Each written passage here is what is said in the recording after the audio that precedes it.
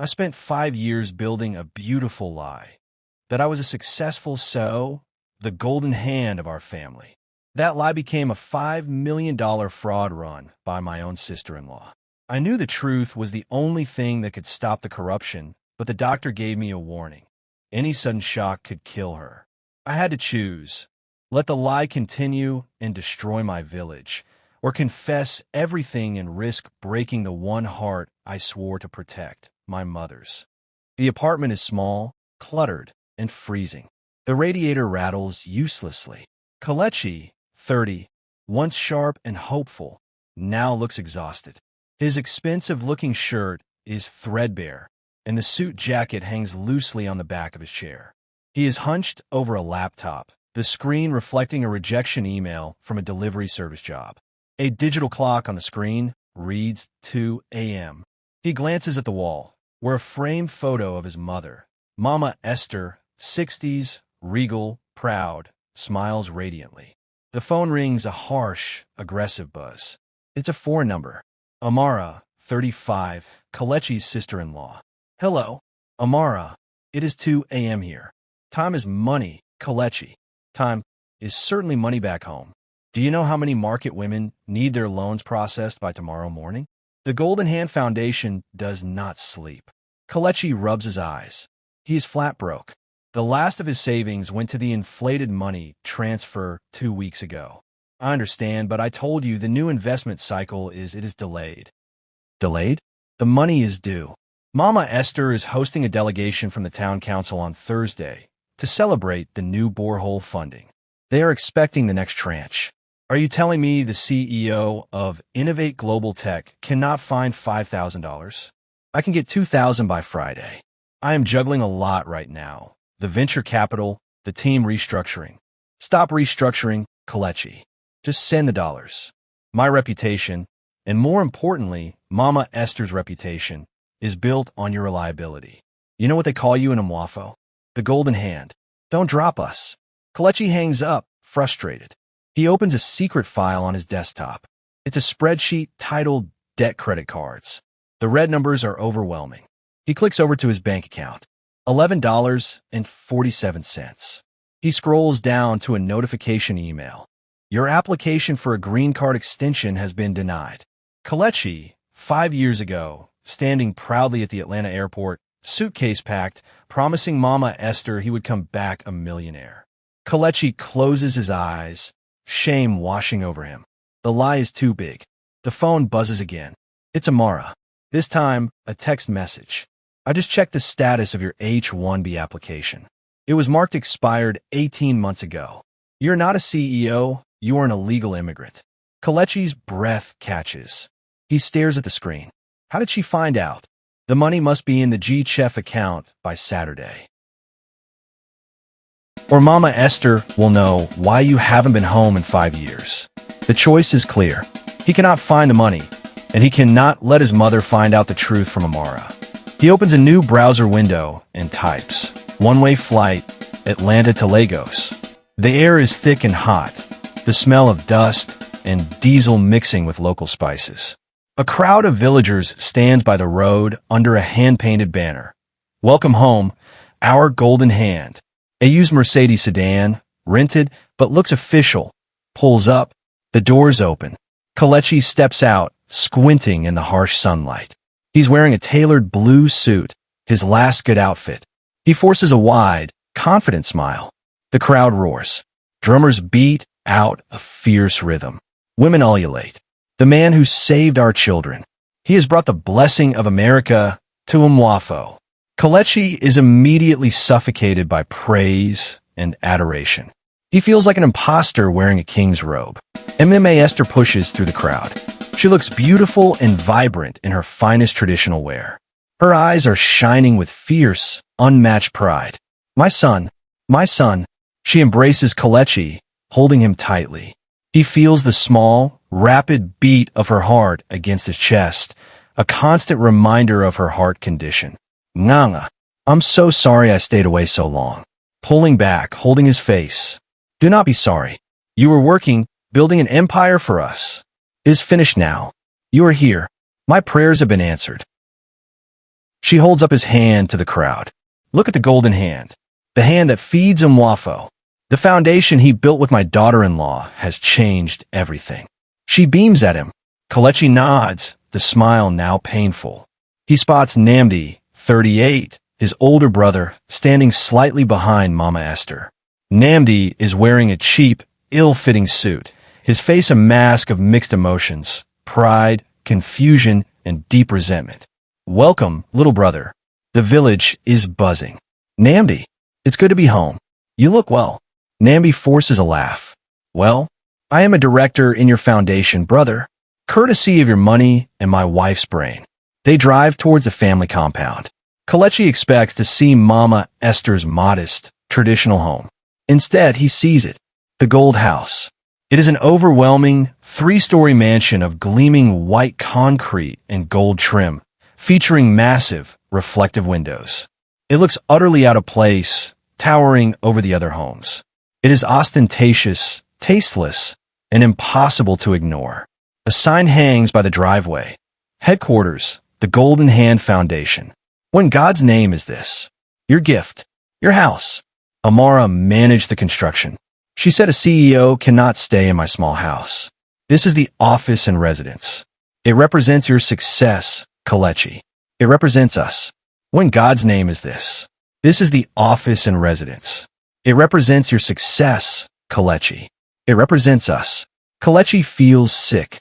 The house is a monument to his lie, a beacon of fraud.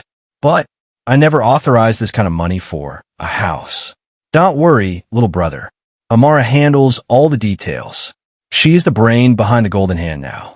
Your money, her ideas. They enter the compound. Mama Esther is taken away by neighbors to rest.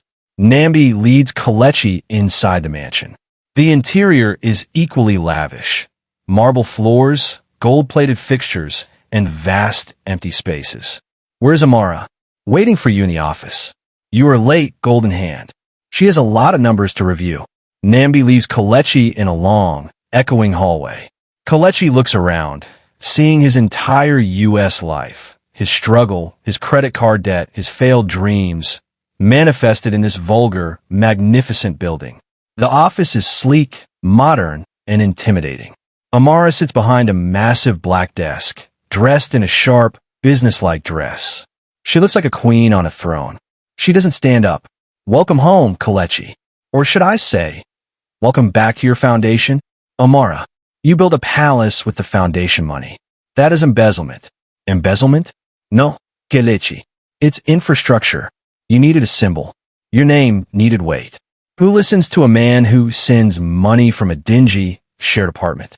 Nobody but a man who runs a three-story headquarters? Everyone. She gestures around the room with a manicured hand. Everything you sent, it was so inconsistent, Kelechi. So little. I had to leverage the initial funds, take out high-interest local loans in your name, and make real investments. I turned your desperate secret into a profitable empire. What loans? I didn't sign anything. Oh, the magic of local connections. And since you were too busy being a CEO in Atlanta, I took the liberty of managing your signature. Don't worry, the payments are current, thanks to the G.H.F. profits. Kelechi walks closer to the desk, his anger rising. This stops now. I'm dissolving the foundation and liquidating these assets. Amara leans back in her chair, a look of amused pity on her face. Dissolve it. And what will you tell Mama Esther? That the Golden Hand that kept her well and proud for 5 years is a failure with an expired visa who's been running for deportation? Do you want to kill her, Kelechi? Because the doctor was very clear about stress. Kelechi flinches, the memory of his mother's fragile heart hitting him hard. The Golden Hand Foundation is not just a charity. It's a local bank. Hundreds of people owe us money. Thousands are relying on the school scholarships. If the foundation collapses, everyone loses, and they will come looking for the man whose name is on the paperwork. You. She pulls a document from a drawer and slides it across the desk. It's a bank statement. The remaining funds are shockingly low, almost gone.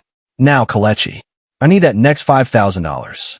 You will find it, because if you don't, I will use my phone to send a text to every single elder in this village. And I'll start with Mama Esther. You won't get away with this. I already have. You created the dream. I built the lie. And as long as Mama Esther's heart keeps beating, you will not touch my foundation. Kelechi stares at the vast, silent house, feeling utterly trapped. He realizes he hasn't returned to clean up his lie. He has returned to be its prisoner. Kelechi is alone, attempting to log into the Golden Hand Foundation G.H.F. financial portal on a desktop. He types a password, then another. Both fail. Amara enters, holding a stack of ledgers. She smiles tightly. Looking for something, Kelechi? The passwords were changed last year. Security protocol. I can give you the executive summary if you need it. I need the full account access. I am the founder and sole guarantor. This is charity money. This is not charity, Kelechi. It's an investment bank disguised as a foundation. Charity is weak. Business is power. Your initial transfers allowed us to register the G.H.F. as a nonprofit while operating a private microfinance scheme. She drops the ledgers on the desk. We control the market stalls. We fund the construction contracts. We offer loans at rates no traditional bank can match. The community needs the money. We provide it. Simple economics. That sounds like predatory lending. It sounds like profit. I secured 5-year contracts in your name for sanitation and transport, all guaranteeing G.H.F. revenue. I turned your shame into my wealth. If you dismantle G.H.F., the village infrastructure stops and those contracts default. You be liable for millions. I won't be held responsible for your fraud. You already are. You signed the documents. Remember, you were busy being a CEO. Now, if you truly want to help, send the 5,000. Otherwise, stay out of the way. Kelechi leaves the office, realizing the scope of her control is far beyond simple embezzlement. The market is chaotic and vibrant. Kelechi navigates the stalls, looking for G.H.F. presence. He finds it. G.H.F. branded motorbikes delivering supplies. 2 young men in matching polo shirts collect cash from stall owners. Kelechi approaches a small stall selling fabrics. The owner, a woman named Funk, 40s, looks stressed. Good morning. I am Kelechi, founder of the Golden Hand Foundation. Funk snaps to attention, wiping her hands on a wrapper. Ah, the Golden Hand. Welcome. The money you sent, it saved my business. I am glad. How is the loan structure working for you? Funk glances nervously at the G.H.F. collectors nearby. The money is good, but the interest, it is high. Too high. I borrow 50,000, I pay back 80,000. If I am one day late, the chairman's men come for the collateral. Chairman? You mean Amara? No, sir. Chief Edozie. He owns the security guards who enforce the payments. Amara works for him, I think. She reports to the chief. Kelechi is stunned. The network is deeper than his sister-in-law. A local strongman, Chief Edozie, is involved. He watches as a G.H.F. collector, noticing Kelechi's attention, aggressively demands money from a defaulting vegetable seller. The threat is clear. Kelechi pulls away, recognizing he is not a hero here, but the face of oppression. The room is dark and silent, despite the expensive furniture. Kelechi finds Namdi, 38, nursing a large glass of expensive whiskey. Why are you sitting here like this, Namdi? Why are you part of this madness? Part of it? I am a director, Kelechi. The title is impressive on paper. In reality, I'm Amara's glorified driver, a puppet for her social gatherings. She uses your name, your money, and my local connections to get what she wants. But you are the first son. You should be protecting Mama. Why let her do this? Protect what? I'm a small-time contractor. You are the Golden Hand. When the money started flowing, when Mama Esther stopped worrying about hospital bills, when Amara became the most respected woman in Mwafo, I lost my voice. I became nothing. You stole my life with your overseas success. I have no success. I told you I'm broke. You are lying. You lie to save yourself. Amara, show me the bank transfers. You sent $500,000 over 5 years. No poor man does that, Kelechi. You're playing a game with Amara, and I am the casualty. Kelechi realizes Namdi won't believe the confession until Amara's actions are exposed. Amara answers to someone bigger than us. Chief Edozie. Are you sure your wife is truly in charge, Namdi, or is she just a mistress to the chairman's business? Namdi stops drinking. The question hits him hard, a flicker of genuine suspicion crossing his face. Mama Esther is leading Kelechi on a small tour, beaming. She points to a gleaming new zinc roof. See this roof? For 30 years, we prayed under leaks. But the G.H.F. rebuilt it in 3 months. Your success, my son, is a blessing to God's house. She holds Kelechi's arm tightly. I have never been more proud. The women look at me with such respect.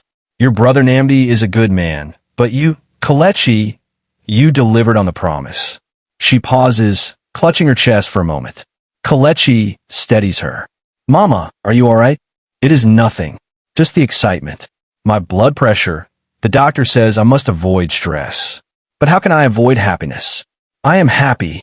I will live to see you settle here, build your family, and run your foundation the way a true man should. Her words are physical weight on Kelechi. He can't risk exposing the truth. He forces another reassuring smile. Y promise, mama. No more stress. Kelechi is back in his old room, the only place he feels safe. He uses his small, old laptop, attempting to log into his long-forgotten personal bank account from America. He needs to check the collateral Amara might have claimed. After multiple attempts, he gets an error. Account frozen. He tries the G.H.F. website one last time, using a universal admin password he used 5 years ago. Access denied. Frustrated, he closes the laptop. He collapses onto the bed. His Nigerian phone, which he kept secret, buzzes with an anonymous text message. The golden hand is broken, Kelechi. You have seen the books. You have seen the scope. The foundation is too big to fail. Don't ruin your mother's final years. Stop digging. Go back to America. Kelechi sits boltoiproit. Only Amara and Namdi knew about his return and his intention to dig. But the tone sounds like Chief Edozie's authority. He realizes he is not just fighting his sister-in-law. He is fighting a powerful local conspiracy built entirely on his own lie. A small crowd of G.H.F. borrowers and community members has gathered. Kelechi stands on a raised platform, looking authoritative in his suit. Amara stands nearby with Namdi, radiating calm, control, good people of Mwafo. I have returned from America to give my full attention to the golden hand. Foundation. After a deep review, I have decided we must restructure immediately. The crowd murmurs anxiously. Effective immediately, the G.H.F. will cease its microfinance lending activities. We will transition to a non-interest model focused purely on community development, not profit. A transition period is necessary, of course. For those with current loans, we assure you the structure remains. No, the current loan repayment structure is suspended. I am dissolving the G.H.F. as a finance corporation. We are ending the predatory rates. The crowd erupts, some cheering, some worried about their secured funds. Amara's polite mask cracks. Her eyes bore into Kelechi. You are making a mistake that will ruin us all. You cannot stop the contracts that are already running. I can. I am the sole guarantor. I will honor the legitimate community projects, but the debt collection stops now. Namdi looks at his wife, confused by the sudden loss of composure. Amara forces a smile for the crowd. The golden hand is not broken. This is just the founder moving funds for a major overhaul. Carry on, people. She grabs Kelechi's arm, pulling him off the platform with surprising strength. Kelechi is on a call with a local solicitor he hired secretly. He is trying to get an injunction to halt G.H.F. operations. Yes, I want to liquidate the foundation's operating account. It's listed under my name as the primary account holder. The solicitor's voice is strained. Mr. Kelechi, there's a serious problem. All accounts connected to the G.H.F. and specifically to your name, including the collateral properties, have been frozen by court order. Frozen? On what grounds? Fraud and misappropriation of nonprofit funds. The petition was filed this morning, immediately after your announcement. It claims you are attempting to abscond with charity monies back to America. Amara moved faster than Kelechi anticipated. The freezing order ties his hands completely. He cannot touch the G.H.F. money, and his personal reputation is now under criminal investigation. He paces nervously, looking out the window at the distant, glittering gold house. Kelechi travels to a neighboring town to avoid local surveillance. He meets Edozie, 28, a sharp, fearless journalist and blogger, at a small cafe. She is known for exposing local corruption. "I need your help. You wrote a piece last month praising the G.H.F. for its impact. You must publish the truth." I wrote what I saw, a community being lifted, but the numbers never added up. High-interest loans don't come from good intentions. The G.H.F. revenue streams look clean on paper, but I traced the capital injection back to Chief Edozie's political campaigns. Edozie. He is the one who filed the freeze order. Amara is just his agent. Amara is a ruthless agent. If you want my help, you need proof. Paperwork showing the difference between what she reports and what is true. You have to give me the ledger. I don't have the real ledger yet. It's somewhere inside that house. Then get it. And Kelechi, is it true you are an American CEO? Kelechi hesitates. He looks at her earnest face. He trusts her immediately. No, it is the core of the lie. I'm broke. My visa expired. I'm here because I have nowhere else to run. The truth is better than any fake CEO title. Find the proof. We will expose them together. Kelechi returns to the gold house. He finds Amara preparing dinner alone. The tension is unbearable. The accounts are frozen. You're desperate. I am efficient. You made a hostile move, Kelechi. I secured my position. Now I'm making dinner for your mother, who, by the way, thinks you're just busy negotiating new venture capital terms. You are a monster. You built an entire empire on my family's trust and your lies. And you built that trust on your lies. Don't you dare call me a monster. I made your shame look like success. You know when I knew you were lying? When you sold your car. The nice BMW you sent pictures of. Kelechi freezes. Only his roommate knew that. Then you sold your apartment. Then the clothes became cheap, the money transfers grew smaller. Then came with excuses. I was tracking your collapse while you were trying to play God with my family. I did it for Mama, to keep her proud, and I did it for power. There is a difference. Your pride is pathetic. My ambition is effective. And now I will protect my investment. You lose everything, Kelechi. I will find the ledger. I will expose you and Chief Edozie. You think you can find a secret document in my house? You couldn't even keep your visa current. You are a failure, Kelechi. A beautiful, golden failure. Kelechi is alone, defeated, sitting in the vast, cold living room. The doorbell rings. Amara glides past him to open the door. Chief Edozie, 50s, enters. He is impeccably dressed in a white linen traditional outfit. He exudes silent, powerful authority. He barely glances at Amara, dismissing her with a nod. Edozie walks to a plush chair and sits down, crossing his legs. He looks Kelechi over, appraising him like a failed investment. Voice low, smooth, dangerous. Kelechi, I have heard reports of your recent public announcement. Very dramatic. Very American. You are the one behind the freeze order. This foundation is a money laundering scheme. The G.H.F. is a very useful myth, son. It handles the local debts for me. It provides structure, and you are its necessary figurehead. You have the American shine that I have invested significant political capital and infrastructure in Amara's operations, your foundation. I suggest you maintain the illusion, collect a handsome salary, and go back to your tech company when the political cycle is done. I won't be your puppet. Chief Edozie leans forward. The court order against you is temporary, but I can make the immigration issue permanent. Did you think nobody tracks the movements of a man running from America? I have friends in high places, Kelechi. Friends who can ensure you never leave this country. And if you stay, you will be in my prison. He stands up, adjusts his cuffs, and smiles. Your mother's heart needs peace, Kelechi. Give her peace. Maintain the myth. Edozie walks out, leaving Kelechi trapped between the threat of powerful corruption and the ticking clock of his mother's health. He realizes he has severely underestimated his enemy. Chief Edozie's office is richly decorated, dark wood and expensive leather. Kelechi sits opposite him. Amara is nowhere to be seen. Amara told me you are a moralist, Kelechi. That is a dangerous trait in business. Let me be clear. I did not invest in your sister-in-law. I invested in the myth of the Golden Hand. Your presence ensures legitimacy. The Golden Hand is a front for usury and money laundering. The G.H.F. helps finance my political movements. It's a clean way to handle large cash flow and ensure local loyalty. I need a face, a handsome, educated face from America. I will unfreeze the accounts and pay you a six-figure salary. Stop interfering. Maintain the facade for 6 months, then return to Atlanta a richer man. I don't need your money. I won't be your puppet. The foundation ends today. It does not end. If you refuse, I will use my influence in Lagos to ensure you are legally barred from ever leaving Nigeria. You will be stuck here, penniless, a social pariah, watching the foundation you created destroy your family. Think about Mama Esther.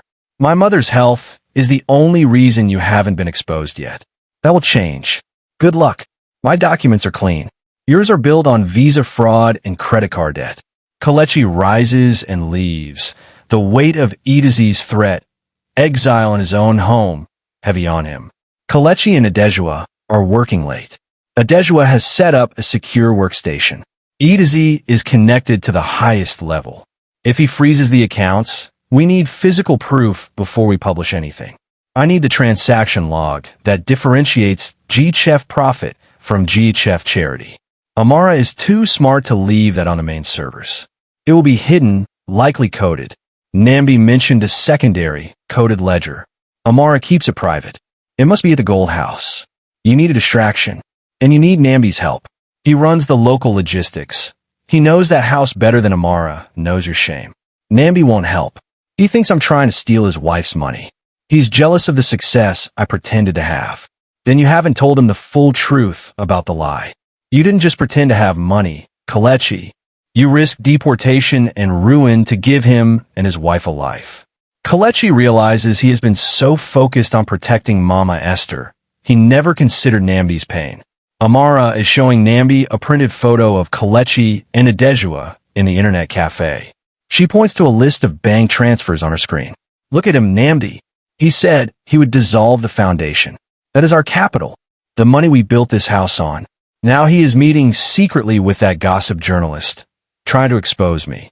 Why does he want to expose you? He's the one who guaranteed the loans. Because he is not rich anymore. He is desperately broke, Nambi. He needs liquid cash to fund his real life in America, and he thinks if he collapses the G.H.F., the money will revert to his account. He doesn't care about the market women or Mama Esther. He wouldn't risk Mama's heart. Of course he would. He risked his freedom to run from America. He is selfish. He sees us, this house, my success, and he is jealous. He wants to drag us down. You're my husband, Nambi. Choose. Me and this future, or your envious brother. Nambi looks at the mansion, his only symbol of status. He believes Amara's desperate ambition is better than Kelechi's invisible ruin. He can't steal my life. I will talk to him. Kelechi walks through the market. He spots Funk, the fabric seller from episode 2, weeping by her empty stall. Two muscular men in Chief Edozie's security uniform are loading her sewing machine and bolts of fabric onto a truck. What is going on? They came for my collateral. I was 3 days late on the G.H.F. payment. I told them you suspended the lending. Stop. I am a founder of the Golden Hand Foundation. Release those goods immediately. The two guards turn. They ignore Kelechi completely. Chief Edozie's orders. Payments are due. The American man does not tell us what to do. I will call the police. The police are busy protecting Chief Edozie. Call them. The truck pulls away with Funk's livelihood. Kelechi stands helpless, the Golden Hand, unable to lift a finger to save the community he supposedly served. He realizes the consequences of his lie are immediate and physical. Mama Esther is talking with a neighbor about Kelechi's latest generosity. Kelechi enters, defeated after the market incident. Suddenly, Nambi bursts through the door, his eyes bloodshot, fueled by Amara's manipulation and his own resentment. Where are you going, little brother? You just returned, and now you are scheming to run away with the last of the G.H.F. money. Nambi, stop. You don't know what you're talking about. Amara has poisoned your mind. Poisoned? She showed me the account records. You want to collapse the foundation just to get money for your miserable life back in America. You have always been greedy, Kelechi. You only came back because you were chased out. It's not about greed. It's about honesty. I came back to stop the fraud. Fraud? The only fraud here is you, standing there pretending to be a CEO when you were just a failed student. You hate that Amara succeeded with your leftovers. The fight escalates, the voices rising in fury. Mama Esther rushes out from the kitchen, holding a tray of drinks. Stop this madness. Both of you. This noise is too much. What is wrong with you, Namdi? Why are you attacking your brother? She looks from Namdi's enraged face to Kelechi's horrified one.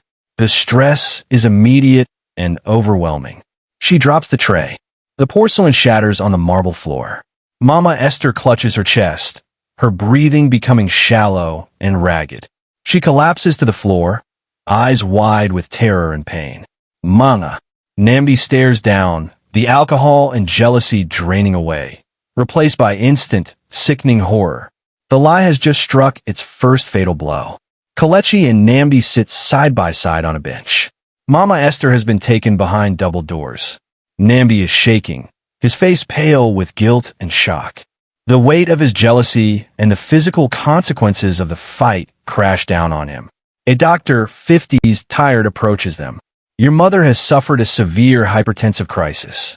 Her blood pressure was dangerously high. The trauma of that argument, it was the trigger. Is she stable? Yes, for now. But her heart is severely weakened. Any serious stress, any shock, emotional or financial, could be fatal. You must maintain absolute peace around her. Do you understand? Absolute peace. The doctor leaves. Namdi stares blankly at the wall. I did this. I accused you in front of her. I let Amara turn me against you. No, I did this. It's the lie. It has been killing her slowly for 5 years. Kelechi looks at his brother, seeing the raw fear in Namdi's eyes. He knows this is the only way to save Namdi, and perhaps his mother. Namdi, listen to me. Closely. Amara didn't turn you against me. I gave her the weapon. What are you talking about? She said you were trying to steal the money. There is no money to steal. There is no investment. There is no CEO. Namdi laughs, a weak, hollow sound. Stop lying. I saw the bank statements. I lost my job 3 years ago. The startup failed. My H-1B visa expired 18 months ago. I have been in the U.S. illegally, working cash jobs, running from immigration. The money I sent? It was all the proceeds from selling my car, my apartment, my pension. Then, when that ran out, it was maxed out credit cards. Kelechi pauses, letting the silence fill the room. The last large transfer Amara needed? That was the very last of the cash. I came back because she found out my visa expired and threatened to tell Mama Esther the truth, that I am a total, broke failure. I am not the golden hand. I am just shame. Namdi stares at the younger brother he has envied for 5 years, seeing not a rich CEO, but a desperate, broken man. The realization of Amara's cold deception hits him. So this house, the G.H.F. profits, it's all built on credit card debt, and your ruin? Yes. Amara took my desperation and turned it into her empire. She leveraged my name for local loans from Chief Edozie, knowing I could never return to America to stop her. Namdi finally looks away from Kelechi, his expression hardening. The focus shifts entirely to Amara. She betrayed us both. She used your lies to emasculate me and steal your name to climb higher. She made me fight you. She is Edozie's puppet. She used the G.H.F. to launder his political funds while preying on our own people. We need to stop her before she can liquidate the remaining assets and flee. The frozen accounts won't stop her. She has hidden cash in a separate operation. She has a book, a ledger. You know where it is? She calls it her black book. She keeps it at the Gold House, locked away.